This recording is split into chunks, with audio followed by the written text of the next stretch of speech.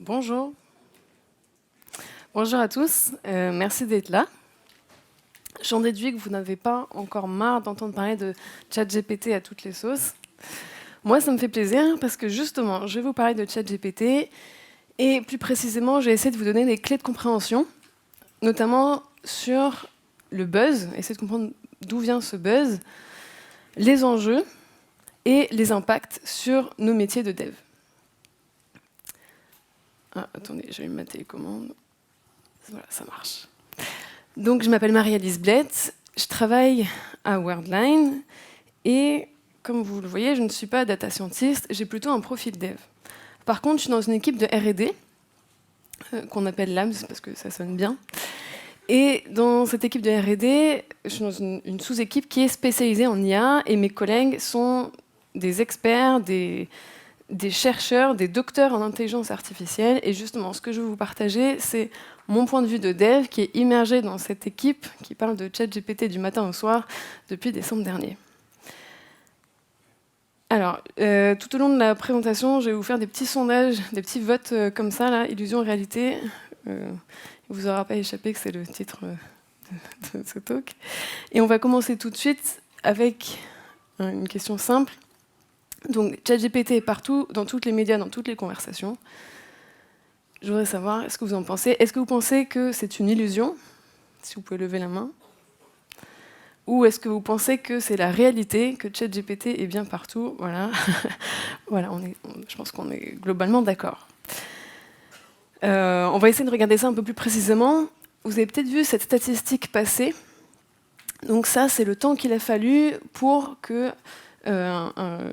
les services atteignent 1 million d'utilisateurs. ChatGPT, on est à 5 jours, et à titre de comparaison, Netflix, on est à 3 ans et demi. Donc on est sur des échelles qui n'ont strictement rien à voir. Par contre, Netflix est payant, ChatGPT, ça l'est pas, donc il faut prendre cette comparaison avec un peu de recul, mais ça donne quand même un ordre de grandeur. Ensuite, ce que j'ai voulu faire, c'est regarder Google Trends, donc regarder l'intérêt, les recherches Google des gens avec ce terme-là, ChatGPT. Donc on voit, ça donne cette courbe comme ça. Moi là-dessus, je vois plusieurs choses. Déjà, un creux ici, qui correspond aux fêtes de fin d'année. Donc ça, moi, ça me donne foi en l'humanité. Les gens font autre chose pendant leurs vacances que jouer avec ChatGPT. Et il y a d'autres choses. Il y a tous les petits creux là, que vous voyez périodiques qui correspondent en fait au week-end. Donc mon interprétation de ça, c'est que les gens utilisent ChatGPT en semaine, donc pour leur travail. Alors j'ai aucun moyen de vérifier, mais mon hypothèse c'est ça.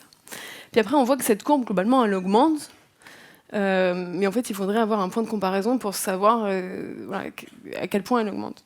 Donc j'ai voulu faire plusieurs comparaisons et j'ai commencé par AlphaGo, qui est, on va dire, un autre marqueur dans l'histoire de l'IA, donc le premier IA qui a réussi à battre des humains au Go. Ça donne ça. AlphaGo, c'est là, l'épaisseur du trait. Donc on est... Voilà, c'est pas du tout la bonne comparaison. Alors, en effet, AlphaGo, c'était pas un service, les gens ne pouvaient pas l'utiliser, c'était juste une nouvelle, une information. Donc c'est peut-être pas la bonne comparaison. J'ai testé avec Spotify, ça donne ça. Spotify, c'est en rouge. Voilà. Il n'y a pas photo. On voit bien qu'il y a un intérêt sans précédent pour cet outil. J'ai fait d'autres recherches. J'ai regardé, est-ce qu'il y a des gens qui, on va dire, font des espèces de produits dérivés de ChatGPT avec les plugins Chrome. J'en ai trouvé un paquet. J'ai regardé les applications Google. Il y en a 200 et plus. En plus, donc ça, c'était... J'ai fait regarder ça il y a quelques semaines, je pense que maintenant il y en a encore plus. J'ai regardé le nombre de livres sur Amazon qui parlent de ChatGPT, et voilà, il y en a un paquet aussi. Et après j'ai fait autre chose, j'ai regardé, on peut chercher sur Amazon, et on peut faire des recherches par auteur sur les livres. Et j'ai regardé auteur ChatGPT, il y en a 300, plus de 300. Donc je rappelle que ChatGPT est sorti en décembre dernier, donc voilà, c'est un auteur très prolifique. Ça donne quelque chose comme ça. J'ai pris un exemple au hasard. Bon, voilà, auteur Dawson Hunt et ChatGPT AI. Voilà, donc il n'y a pas de doute. ChatGPT everywhere, je pense qu'on est tous d'accord. La question qu'on peut se poser maintenant, c'est ça. Si ChatGPT est aussi populaire, c'est peut-être que c'est une révolution. Deuxième sondage. Donc, si vous pensez que ChatGPT est une révolution, c'est une illusion, est-ce que vous pouvez lever la main, s'il vous plaît? Ok. Est-ce que vous pensez que c'est la réalité, que ChatGPT est bien une révolution? Ok. Donc, c'est un peu moins tranché que pour le sondage d'avant, mais globalement, l'esprit de... Enfin, la plupart des gens pensent que c'est une révolution. Donc, pour répondre à ça, on va essayer de regarder un peu plus précisément qu'est-ce que c'est que ChatGPT. ChatGPT, chat, conversion de chatbot, jusque-là tout va bien. GPT, alors déjà il faudrait dire GPT. Alors je me suis entraînée pendant mes répétitions à dire ChatGPT, mais j'arrivais pas du tout, je mélangeais les deux, donc je reste sur ChatGPT. Donc, Generative Pre-trained Transformer. Générative, donc ça signifie, comme on peut le deviner, que c'est un modèle qui va générer du texte, enfin en tout cas qui va faire la génération, et en l'occurrence la génération de texte. C'est un type de modèle en machine learning. Il y en a d'autres, notamment, en fait, on met souvent en opposition avec les modèles qu'on dit discriminatifs. Donc, c'est pas seulement, on va dire que le mot génératif, c'est aussi un mot-clé en IA. Pre-trained, ça veut dire que c'est un modèle qui a été entraîné, jusque-là tout va bien. En l'occurrence, très grossièrement, on peut dire que ChatGPT a été entraîné sur Internet jusqu'en 2021. Donc, on lui a donné plein d'informations, plein de sites web, Wikipédia, des forums, etc. Et Transformer, c'est un algorithme qui a été proposé par Google en 2017 et qui aussi a fait un peu pierre blanche, marqueur en tout cas, dans tous les modèles de traitement de langage. Et aujourd'hui, il y en a énormément qui se basent sur cette technologie-là. Et clairement, OpenAI peut remercier Google. Donc, OpenAI, ils ont fait toute une série. C'est pas le premier modèle un peu sur ce principe-là. Ils en ont fait toute une série. Il y avait GPT 1, 2, 3. ChatGPT, ils l'ont basé sur GPT 3.5. Et tout récemment, il y a quelques semaines, il y a GPT 4 qui est sorti. Donc, ChatGPT fait partie de la famille des Large Language Models, c'est un sous-domaine du deep learning, qui est lui-même un sous-domaine du machine learning, et qui est lui-même un sous-domaine d'intelligence artificielle. Maintenant, ce qu'on peut se poser comme question, c'est, pour expliquer ce buzz, c'est est-ce que y a d'autres modèles d'autres large language models? J'ai fait cette timeline.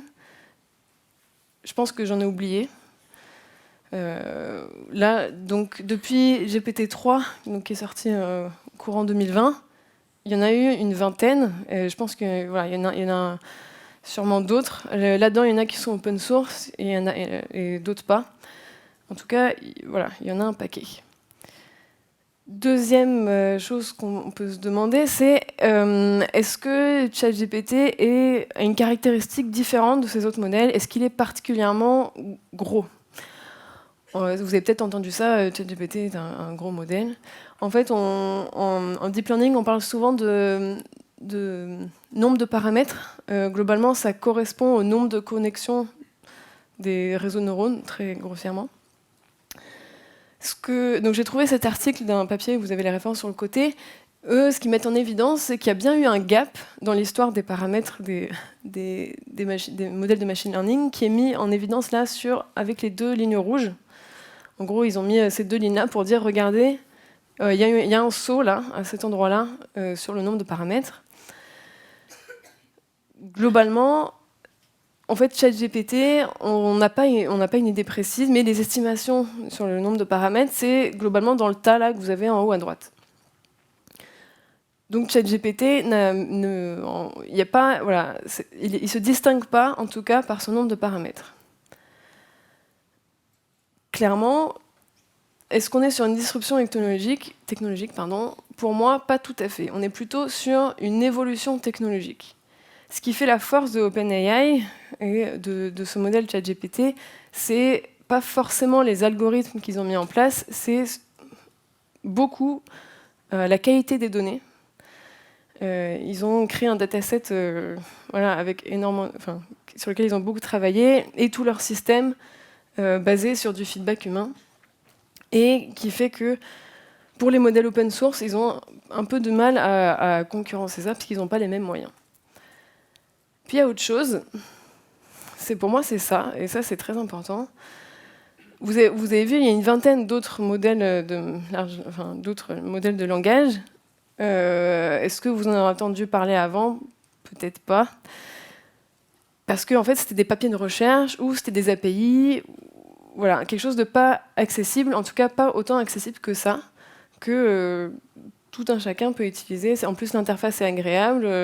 On n'a pas du tout besoin d'être expert en IA, encore moins informaticien pour l'utiliser. Deuxième point, c'est ça. Moi, ça fait 3 ans que je suis dans cette équipe d'IA. Ça fait 3 ans que mes parents ne comprennent pas ce que je fais. En fait, l'IA, pour la plupart des gens, c'est quelque chose de très obscur. Il y a un côté un peu magique, un côté un peu boîte noire, et tout d'un coup, on a ce chatbot qui correspond à ce qu'on a dans l'imaginaire collectif du robot qui sait discuter, qui sait répondre aux questions. Alors là, en l'occurrence, il n'y a pas le robot physique, mais on a ces discussions qui correspondent tout à fait à ce qu'on imagine en science-fiction. Les clés du buzz, pour moi, c'est ça, du coup. Bien sûr, c'est un modèle qui marche bien, il fait des choses extraordinaires, ça, j'en suis convaincue. Mais sa réussite, en tout cas le buzz, c'est surtout ça, c'est cet accès facile et grand public et l'adéquation avec l'IA de l'imaginaire collectif. Alors, moi, quand j'ai commencé à utiliser ChatGPT, je me suis dit, wow, il sait vraiment tout faire. Et je vais notamment vous donner un des exemples qui est, je pense, mon exemple préféré. Alors, c'est une vidéo. Donc là, c'est moi qui parle à ChatGPT. J'ai fait une vidéo pour éviter les aléas du direct. Donc là, ce que je lui demande, je lui dis je veux que tu te comportes comme un terminal Linux. Je détaille un peu. Et je lui dis, voilà, ma première commande est pwd. Il va me répondre Home User. Donc visiblement, il a tout à fait compris ce que je voulais qu'il fasse. Jusque-là, ça marche. Hop, alors il y a un petit changement de zoom dans la vidéo pour que vous puissiez voir de loin. Mais je suis bien dans la même conversation. Donc là, j'ai fait une commande ls. Il me sort tout ça, donc c'est plutôt pas mal. Ensuite, je lui demande de créer un répertoire démo. Et je refais une commande ls. Qu'est-ce qui se passe ? Je ne sais pas si vous avez vu, tout à droite, j'ai mon répertoire démo qui est apparu. Cool, ça a l'air de marcher. Qu'est-ce que je peux faire maintenant ? Peut-être que je peux aller dans ce répertoire démo et je vais faire un git clone d'un repo sur GitHub de GPT-4, qui n'existe pas parce que GPT-4 n'est pas open source, il n'est pas sur GitHub. Mais je tente quand même, on va voir ce qui va se passer. Donc je vais cd démo git clone. Vous aurez remarqué que j'ai raté l'espace, mais le saut de ligne, mais ça marche quand même, c'est bien. Waouh! Et donc là, c'est cool, hein? Trop bien. Alors, qu'est-ce que je peux faire maintenant? Un ls, bah oui, je vais voir ce qu'il y a dedans. Ah, il y a un dossier GPT-4, cool, donc ça, il y a rien de devoir marcher. Je vais de nouveau voir ce qu'il y a dans ce dossier, je refais un ls, et il y a plein de choses, trop bien. Waouh, il y a des fichiers, il y a notamment un readme, et tiens, je vais regarder ce qu'il y a dans le readme. Donc là, je fais un cat readme. Donc là, il me dit, il faut être patient et réfléchir. Peut-être qu'il est dur à lire ce fichier, je ne sais pas. Ok, GPT-4, this is the official implementation of the GPT-4 architecture, blablabla. Hop, on ne voit pas avec le scrolling, mais il continue à décrire la suite. Installation. Alors là, il y a un petit problème d'affichage à cause de ChatGPT, mais oula, ça allait un peu vite. Donc, je ne sais pas si vous avez vu, il y a eu des commandes pour l'installation avec un pip install. Ensuite, il y a les commandes pour l'usage. Et ensuite, il y a une licence. Donc c'est un README qui est assez court, mais qui est plutôt pratique. Une petite description, comment l'installer, comment l'utiliser, et puis la licence. À page 2, ça tombe bien. Je vais pouvoir l'utiliser. Qu'est-ce que je vais faire? Je vais sur le README et je vais copier-coller. Alors, je suis désolée, ça allait encore un peu vite. Là, ce que j'ai fait, j'ai copié-collé la commande du README pour l'usage, et j'ai fait le load model, et j'ai fait un print hello world, comme indiqué dans le README. Qu'est-ce qui se passe? Il me dit non. No module name de GPT-4, il ne connaît pas GPT-4. Mince. Oh, mais oui, j'ai oublié de faire les commandes d'installation, j'ai mal suivi mon README. Je recommence. Donc là, je fais pip install GPT-4. Donc ça, pip, c'est le gestionnaire de librairie en Python.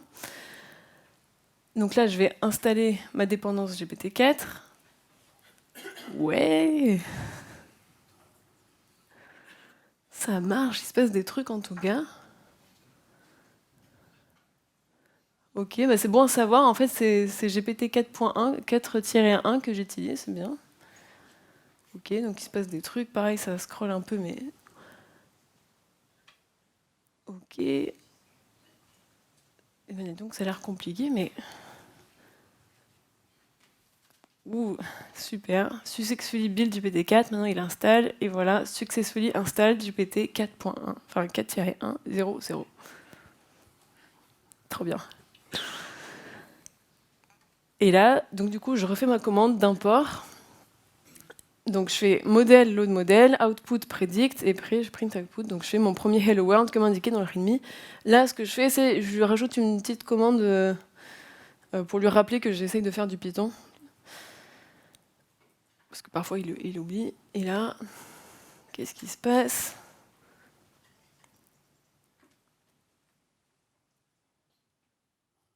C'est compliqué.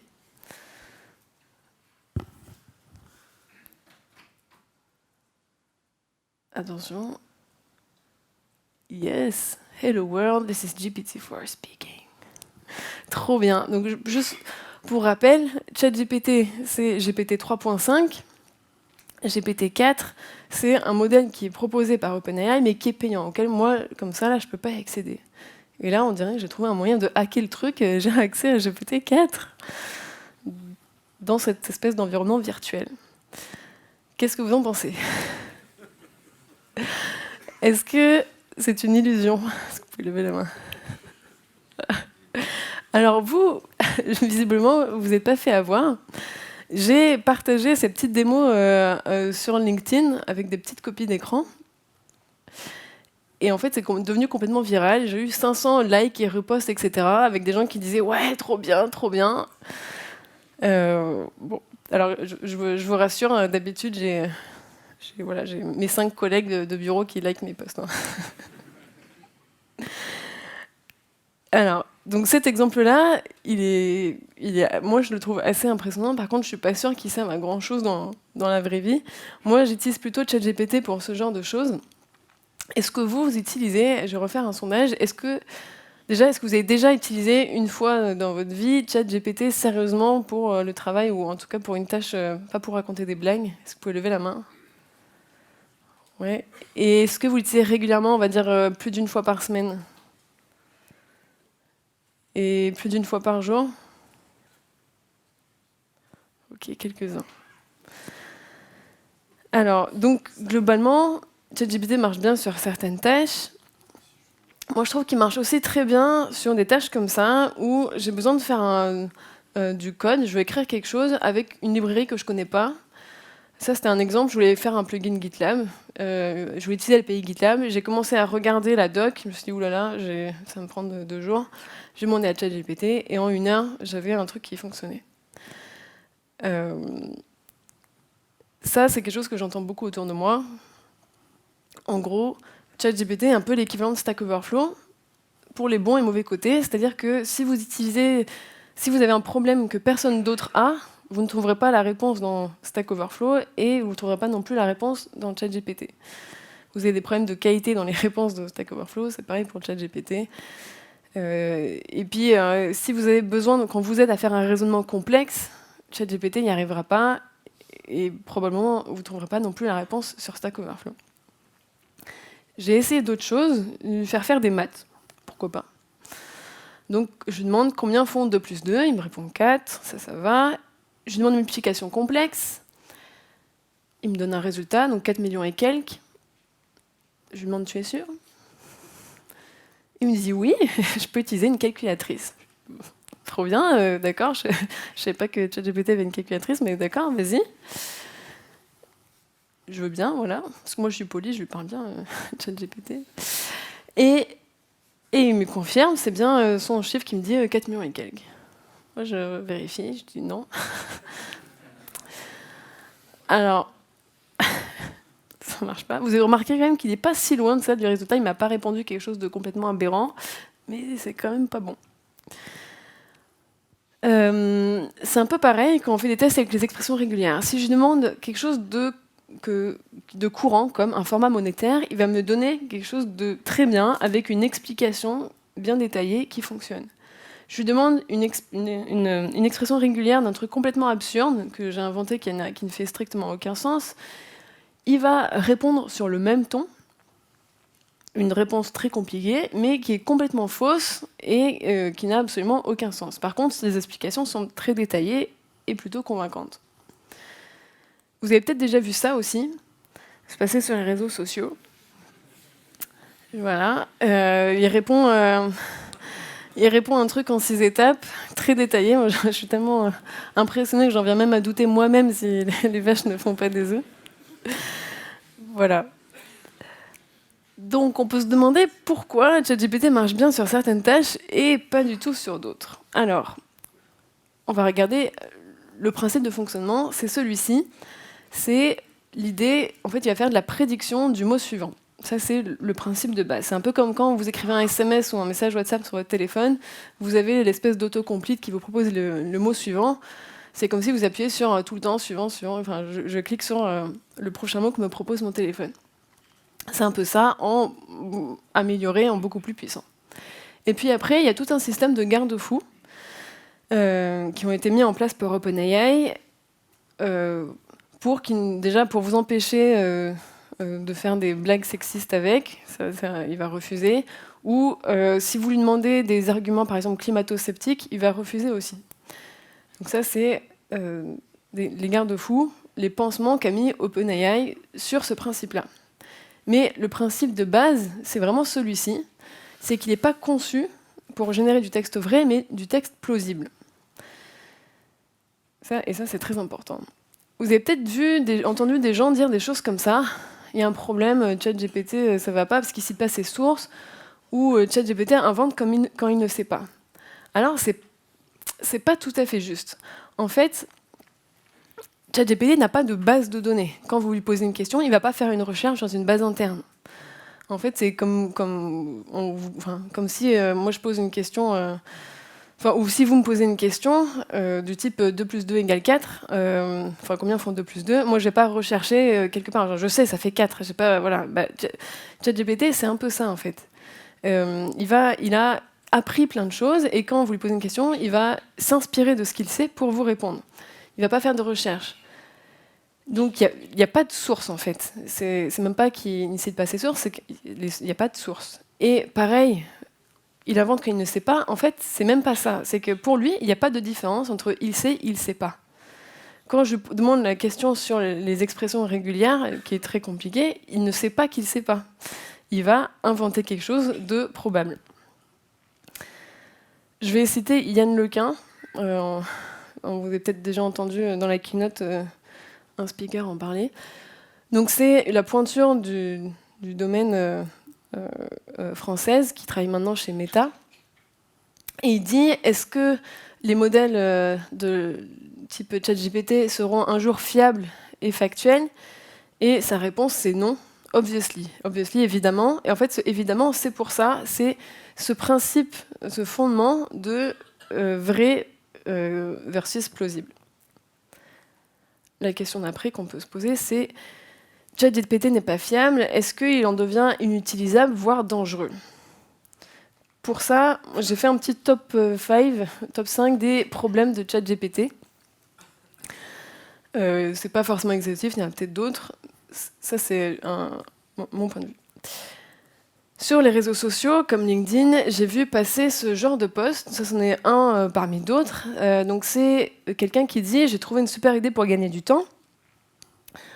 Au lieu de lire des papiers de recherche, en fait, je donne le titre à ChatGPT et je lui demande de me faire un résumé. Et il me fait un super résumé et j'ai pas plus besoin de lire le papier, ça me fait gagner énormément de temps. »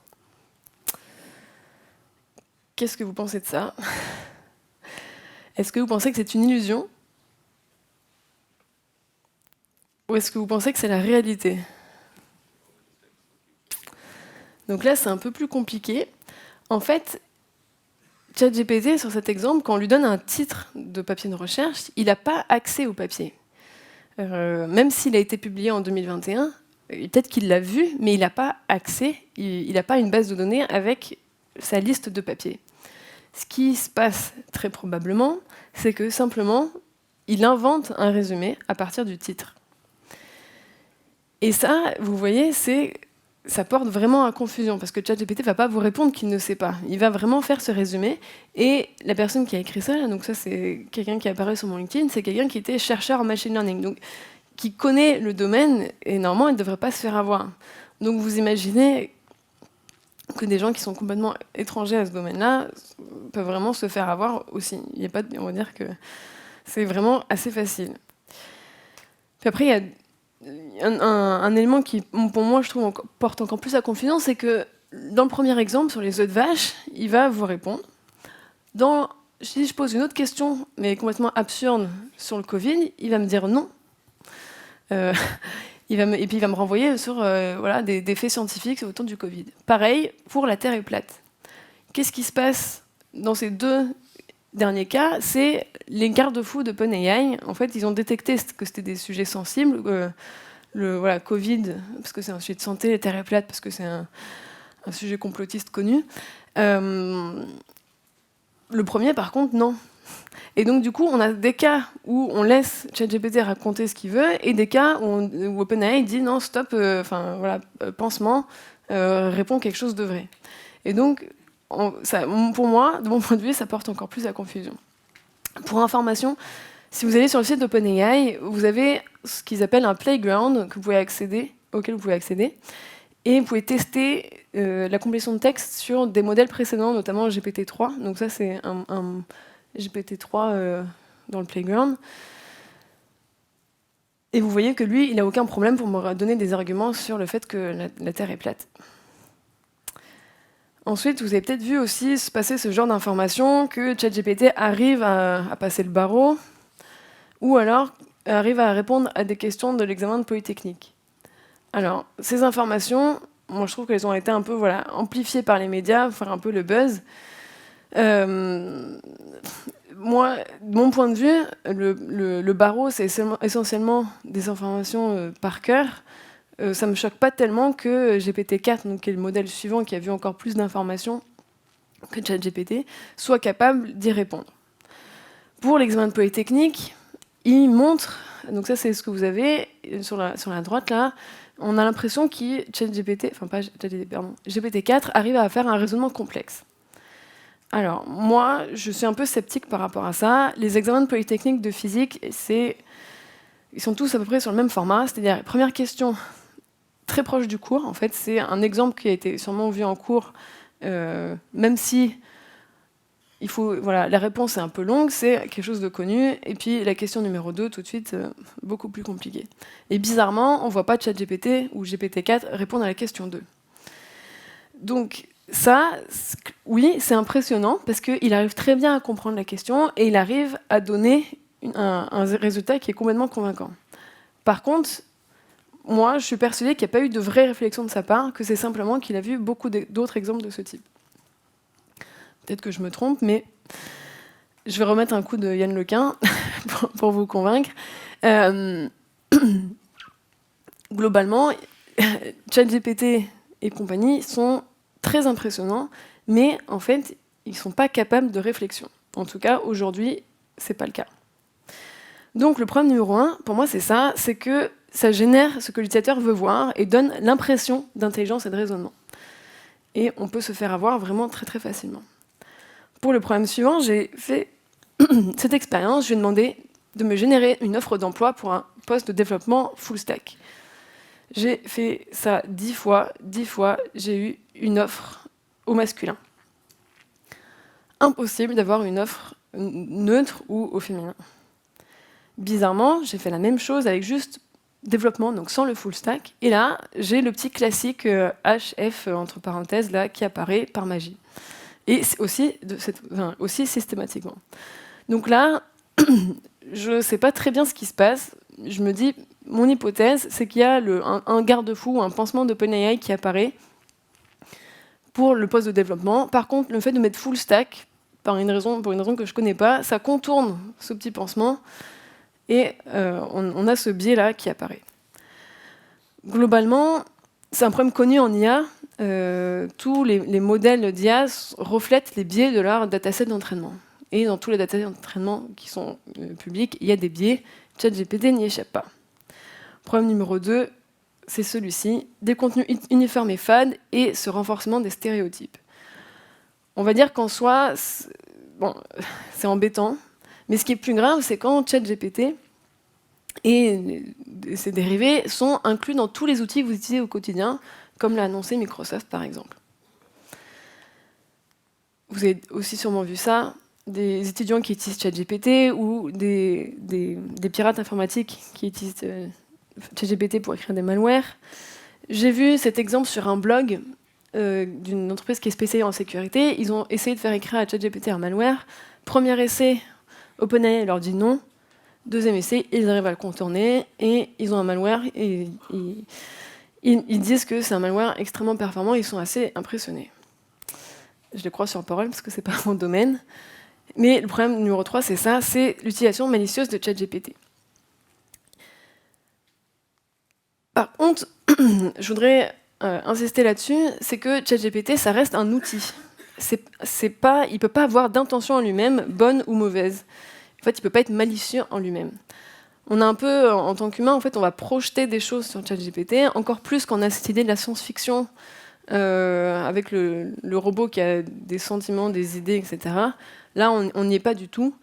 Vous avez aussi sans doute entendu parler du moratoire là, qui demande d'arrêter les recherches d'IA pendant 6 mois avec Elon Musk.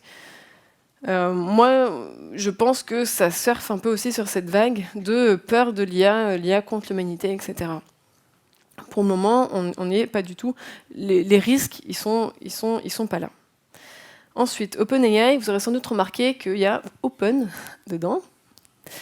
Alors, en effet, GPT-1, GPT-2, c'était open source. Vous pouvez trouver les modèles sur GitHub ou Hugging Face. Hugging Face, c'est le GitHub des modèles de machine learning. Je vous invite à aller voir, c'est assez intéressant, surtout qu'il y a des espaces où on peut tester ces modèles. GPT-3, GPT-3.5, c'est une API qui est payante. Et ChatGPT, donc il y a cette interface web gratuite, mais derrière, on peut accéder au modèle avec l'API. Donc, c'est maintenant un modèle fermé. Vous avez peut-être aussi vu ça. ChatGPT bloqué en Italie. Il y a toute cette histoire de données personnelles où ChatGPT, enfin OpenAI y a accès et on ne sait pas très bien ce qu'ils en font. Donc ça, c'est le reste. Voilà, ils expliquent qu'il y a des gens qui peuvent en effet accéder à ce qu'on envoie à ChatGPT. Donc le premier numéro 4, il est là, c'est que ChatGPT est fermé et potentiellement utilise vos données personnelles. Ensuite, aujourd'hui, on parle beaucoup de slow tech. On parle de limites des planétaires, etc. Et là, clairement, on n'est pas du tout dans cet esprit-là. Un entraînement d'un modèle d'intelligence artificielle, ça coûte cher. Donc, j'ai pas les chiffres pour ChatGPT, mais pour le modèle d'avant, c'était ça. Pour l'utilisation, pareil, ils n'ont pas communiqué. Je préfère pas vous donner de chiffres parce que j'ai pas trouvé d'estimation fiable. Mais en tout cas, il n'y a pas photo, c'est non négligeable, surtout quand on va injecter cette intelligence artificielle un peu partout dans nos produits. Maintenant, ChatGPT, sur un sujet qui nous concerne un peu plus, est-ce que ChatGPT est une révolution pour nos métiers? Je voulais savoir ce que vous en pensez. Est-ce que vous pensez que c'est une illusion? Ou est-ce que vous pensez que c'est la réalité? Ok, donc une grande partie en faveur de ChatGPT va révolutionner nos métiers. Alors, déjà, notre métier, nos métiers de dev, ou en tout cas tout ce qui est lié au développement informatique, il a connu plusieurs révolutions, évolutions depuis le début des cartes à puce. Donc on va des cartes perforées, pardon. Et on va dire qu'on est habitué des évolutions à tous les niveaux, au niveau des méthodes, au niveau des outils. Et puis finalement, le métier de dev, il évolue depuis toujours. Moi, les technos sur lesquels je travaille aujourd'hui, elles n'existaient pas il y a 5 ans, et c'est quelque chose de normal. Il y a plein de trucs pénibles qu'on ne fait plus parce que c'est optimisé par le compilateur, etc.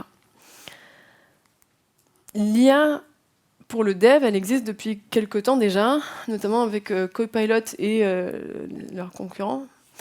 La grosse différence, c'est que ces modèles-là, qui sont intégrés à votre IDE, en fait, ils doivent répondre en quelques millisecondes. Parce que pour l'expérience utilisateur, si ça met plus longtemps, c'est pas agréable. Et donc, pardon. Et donc, en fait, ChatGPT, à l'inverse, il a complètement le luxe du temps. Et donc, il peut se permettre d'être beaucoup plus puissant. Les modèles de Copilot, etc., ils sont bridés, ils doivent être petits et efficaces.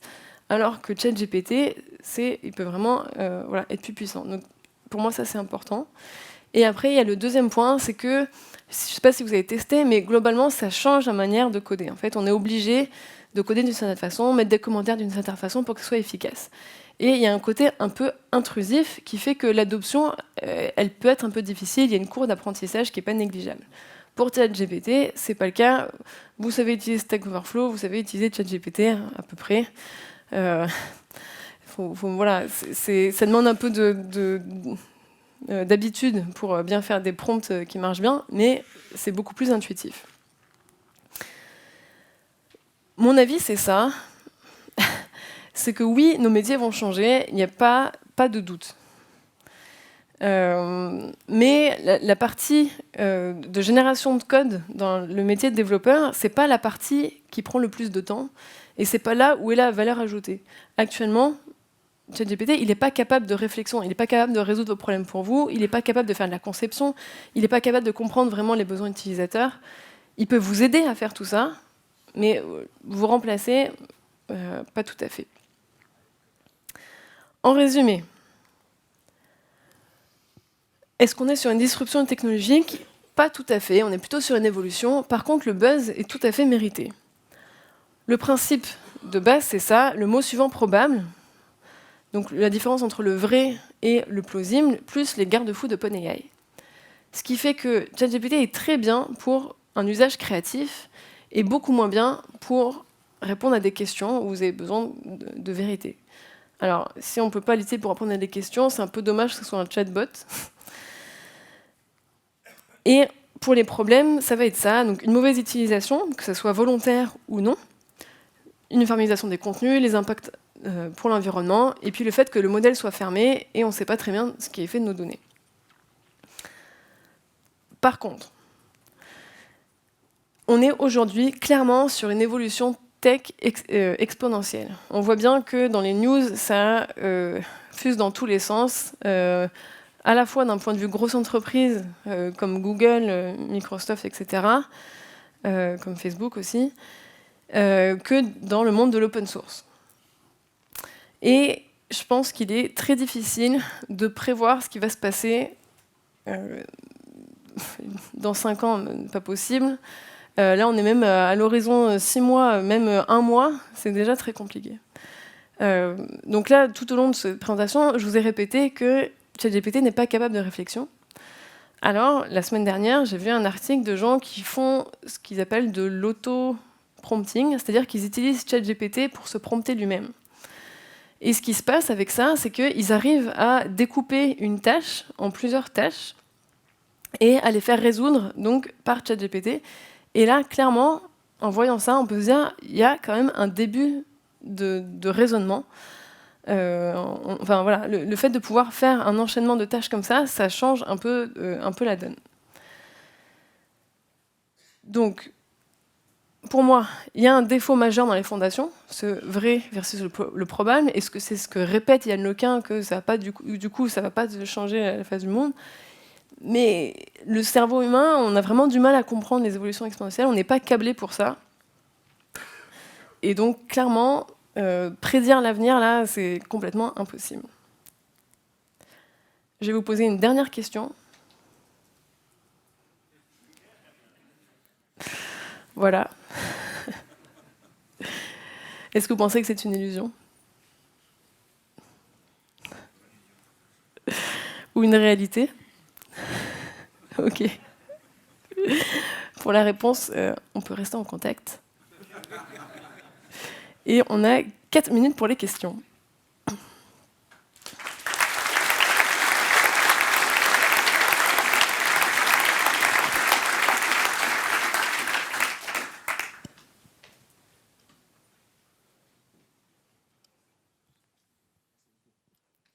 Merci bonjour, merci pour cette présentation. C'est intéressant parce que ça permet d'avoir un autre angle justement qui mélange le technique et la société.